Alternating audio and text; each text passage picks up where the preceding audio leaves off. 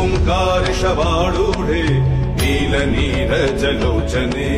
त्रैलोक्यैकमुखे देवी कालिकायै नमस्तुते प्रत्यलीढपदे घोरे मुण्डमाला प्रलम्बिते खड्गलम्बोदरी भीमे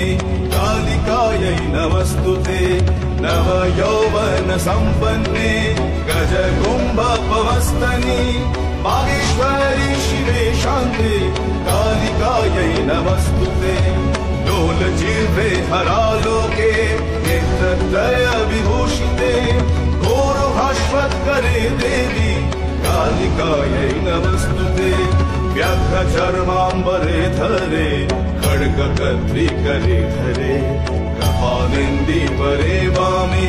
कालिकायै नमस्तुते